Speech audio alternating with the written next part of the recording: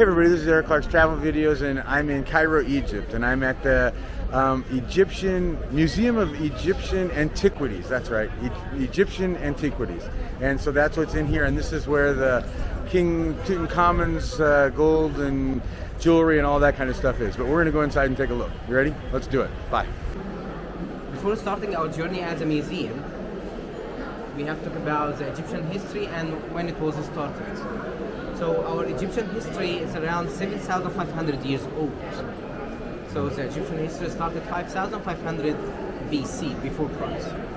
But it was started 5,500 BC doesn't mean there was nothing before. No, there was a civilization, but we don't call it a history because it wasn't recorded. Which means the ancient Egyptians, they started to record the life 5,500 BC. So that's why we considered that time at the beginning of the history.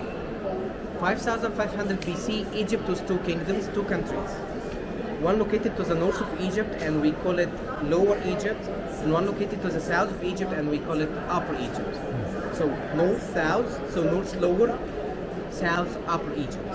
So Egypt like this. So south higher than the north. It's unusual like the other countries. That's why the Nile River, the most famous river in the world, comes from south to north, and that's the only river in the world which comes from south to north. So the other rivers come from north to south. Okay. So the kingdom of the south we call it Upper Egypt. The kingdom of the north we call it Lower Egypt. Started 5,500 BC till 3,100 BC. What happened 3,100 BC? King called the King Narmer. He was the king of the south of Upper Egypt. He conquered the people of the north, and he succeeded to put them under his control and to make a unification between Upper and Lower Egypt. And Egypt became one country. Let's say two kingdoms, but under control of one king. That's why the title of the kings of Egypt were King of Upper and Lower Egypt. Like in the States of America, your title, the president's title, President of the United States of America. The same thing it was here in Egypt, King of Upper and Lower Egypt. Okay, and this point is so important because today, tomorrow we'll speak, or after tomorrow we'll speak about it a lot.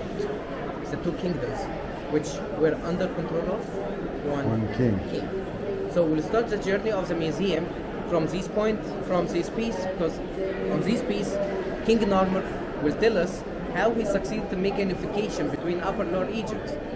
3,100 BC, and from that time Egypt became one country. So King Narmer, we consider him the founder of the last of the first dynasty in Egypt. So we have 30 dynasties with 3 kingdoms. So Old Kingdom from dynasty number 3 to 6, Middle Kingdom dynasty number 11 and 12, New Kingdom 18 to 21. So what was in between the kingdoms? So between the first kingdom or the Old Kingdom and the Middle, 7 to 10, we call that era First Intermediate Period. Egypt was so weak at that time, so the country looks like waves. So strong, go up and then goes down, like any country, by the way. So between the kingdoms, we call those eras intermediate periods. So we have the first intermediate period, the second intermediate period, the third intermediate period. So the Egyptian era, it was started 3,100 BC by King Narmer till the time of Alexander the Great when he conquered Egypt, 332 BC. So 3,100 BC till 332 BC, 30 dynasties, greatest buildings were built through that time, especially through the kingdoms. The Old Kingdom, when we built the great pyramids, so the pyramids we're gonna visit tomorrow, and after tomorrow belongs to the Old Kingdom.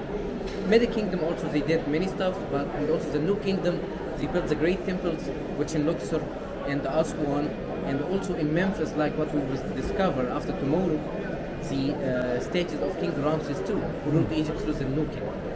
Okay, so now let's talk about this piece to know how King Narmer he succeeded to make a unification between Upper and Lower Egypt. Wow. By the way, this piece is not the original one, but don't worry, we still have the original one inside the glass box which is over there, but usually I prefer to talk about it to show you the small details. And please, through our tour, through the 3 days, everything has a meaning, by the way, so just give me your attention, please. Okay. So this one we call it Narmer pellets. Why we call it Narmer pellets? Because the founder of this piece, he found that it looks like the palette of the painters where they put the colors. No, I see. So that's why we call it normal. Palette normal because of the name of the king, King Normal, who did the unification. It has two faces. Let's talk about these parts, two sides. Let's talk about these or this side. We have here three registers, 1, 2, 3. Let's start from the top. Here we have two representations for the same goddess. Do you remember the female face with cow horns and sandals in the middle? So here we have two representations for the same goddess, Goddess Hathor, goddess of love, joy, and happiness. In the middle, they put the name of the king inside a rectangular shape called the Sirch. At that time, they used to put the name of the king inside this shape. And later they changed it into a cartouche. I will show you the cartouche. Okay. So this one looks like the facade of the palace from outside, which means the king inside the palace, which means he's still alive. So that's the name of the king, Na'armar. In the middle, we have a representation for the king in a big scale. Why in the big scale? Because he's the most important person. He's the king, right? So here the king appears with all sign of reality, and please also give me your attention because what I will say now, we will use it many times through today, tomorrow, after tomorrow. So let's talk about the sign of reality. Here's the king appears with all sign of reality. Number one, wearing a crown. So this crown, we call it white crown, crown of Upper Egypt, because he was from Upper Egypt. So that's why till now he is a king of Upper Egypt. Let's continue the sign of reality. Wearing crown, straight false spear. And usually straight false spear comes with left leg forward. Yep. Totally nude except this part. He is wearing a royal kilt, which we call it shindit. You will see this type many times, okay? Holding mass head on his right hand, holding the head of the enemy from his ear with his left hand, and the enemy sitting on his knee, just to show how the king defeated the enemy. And also, by the way, don't forget the straight false spear, because we'll talk later about why straight, because there is another false spear, curved one. So I will compare between both and different types.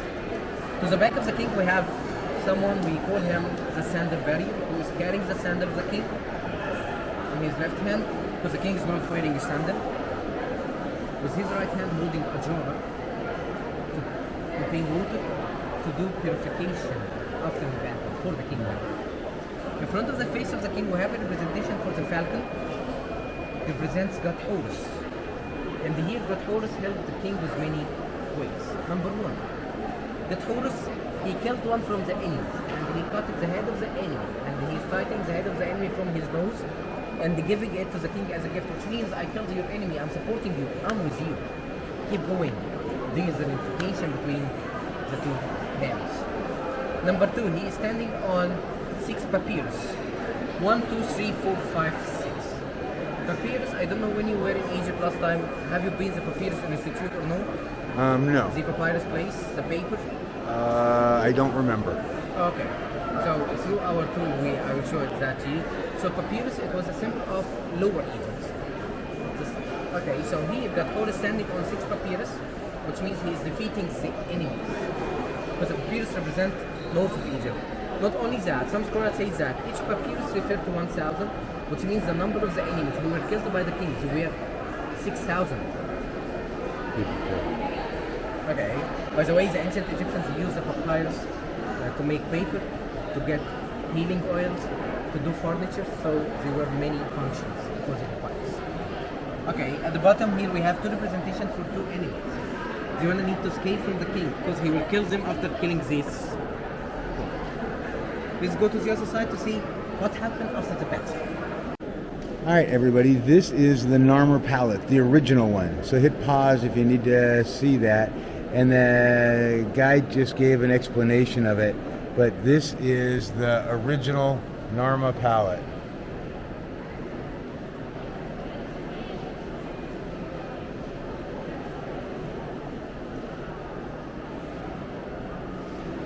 And then we go to the other side and I'll show you.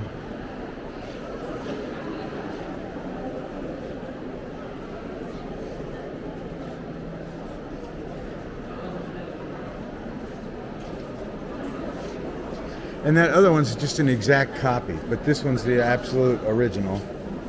And there are those words. Hit pause if you need to. You know, and just me, I tend to like the the statues and stuff more, and the, you know, those kind of things. Wow.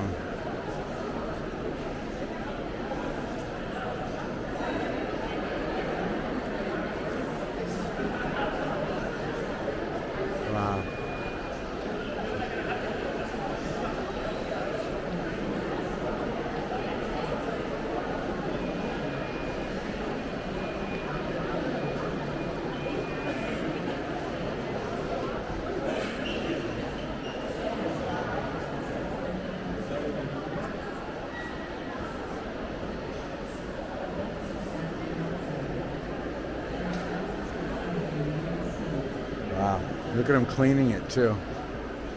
Oops, let me center my camera here. There we go, that's better. I mean, these are the tombs, but yeah. Pretty amazing place.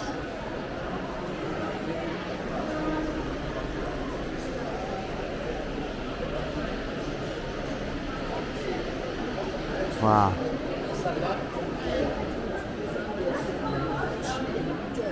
And look at all the, so these are the crypts, the tombs, I guess.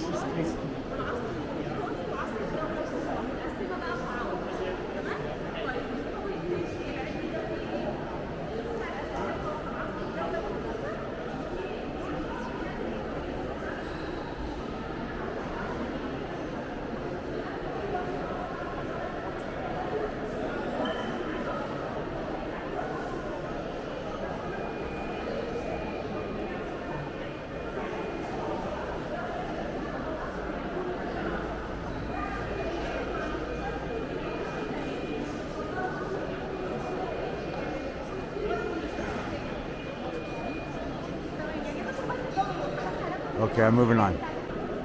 Rectangular shape is H, dish.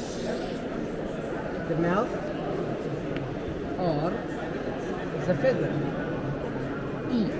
So his name is Dish-ri. Dish. Yes. So Dish-ri will come back. So have you got your breakfast? So this is an altar, and you can see how it's sloped this way, and then it's got the little bowl, and you can see the little cut right there. Can you guys see that? And what happens is they'd sacrifice an animal on there, and the blood would run into the bowl. And so that's pretty amazing. And then here's more.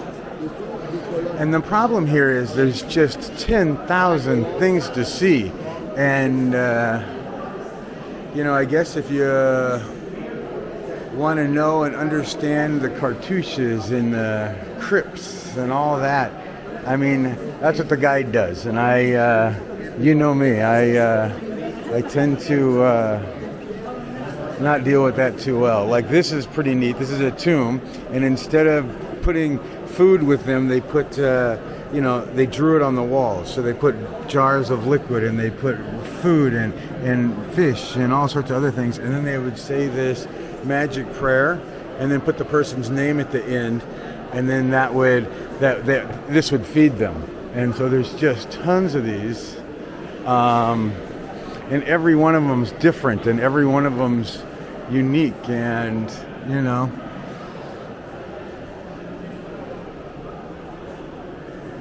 Yeah.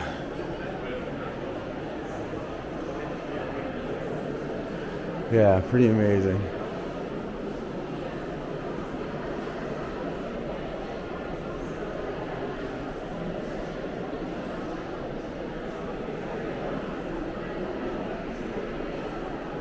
Huh.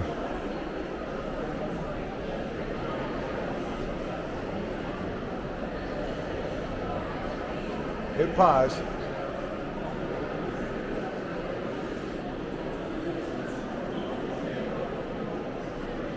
Wow.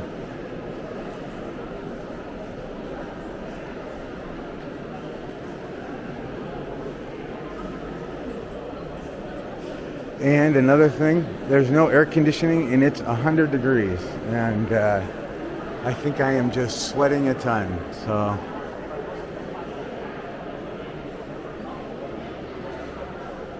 wow. And it's all amazing. I mean, the history on these things. I mean, there's spot after spot after spot after spot with more things and more things and more things entering the afterlife. Hit pause. Yeah, I think you could be doing these things for a long time.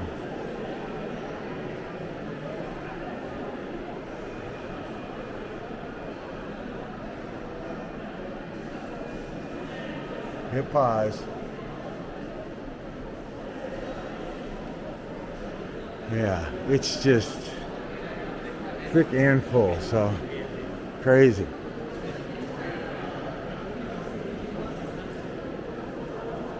Wow, wow. All right, I'll be back. Okay, so that's Giza Plateau, by the way, which you'll visit tomorrow. Yep. So look at the top, you can see the Great Pyramid of Giza, Pyramid of King Cheops. In the middle, we have the second pyramid, Pyramid of King Khafre. Here we have the third pyramid, Pyramid of King Mykerinus. So, King Cheops, he is the father. King Khafre, son of King Cheops. Mykerinus, son of Khafre, grandson of King Cheops. So we have 3 pyramids for 3 generations, the father, son, and the grandson. Giza Plateau, we have 9 pyramids, not 3.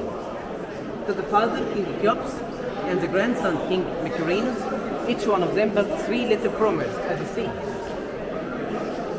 Oh, I see, okay. King Cheops, he built 3 little pyramids, one for his mother, you can see up there, one for his wife, and one for his daughter. King Mykerinus, he built 1 for his wife, and 2 for daughters. So in total, we have 3 big pyramids for 3 kings, plus 6 more pyramids for 6 queens. So we call the small ones Queen's Pyramids. And that's what we will see tomorrow. Here. So what's the stone called? Diorite or diorite. Diorite, okay. Diorite. And it's 3 times harder than diamonds. No, second one after diamond, and 3 times harder than the granite. Okay, okay. Wow. So how'd they get it to, how'd they be able to shape it? That is a point which we don't know. We don't have the answer how they carve these things like this. Right. Here's the king that people for side of the road. I think you are expert now. You can see the name is headdress. And the straight fold spear, wearing the royal kilt, sitting on his throne. At the 2 sides of the throne we have 2 lines. This one is still intact, the right one was damaged. Come closer to this point. This sign we call it Sima Tawi. Do you remember the unification between Upper and Lower Egypt? Mm-hmm. How many lungs we have in our body? 2. 1, 2. So represent 2 kingdoms in 1 country. Do you remember what I told you? 2 kingdoms in 1 country. So 2 lungs, each one represents Upper and Lower Egypt. Lotus and papyrus, which maybe you're gonna see tomorrow. Okay, so lotus papyrus. Lotus symbol of Upper Egypt, papyrus symbol of Lower Egypt. So 2 symbols at the same sign, which means the king who will sit on this throne will be the king of Upper and Lower Egypt. This sign we call it Sima Tawi. So back to the head of the king, we have a representation for a falcon, represent the horse. And they took 3 weeks to find that. After 3 weeks, they succeeded to find it. 7.5 centimeters in height and made out of iron.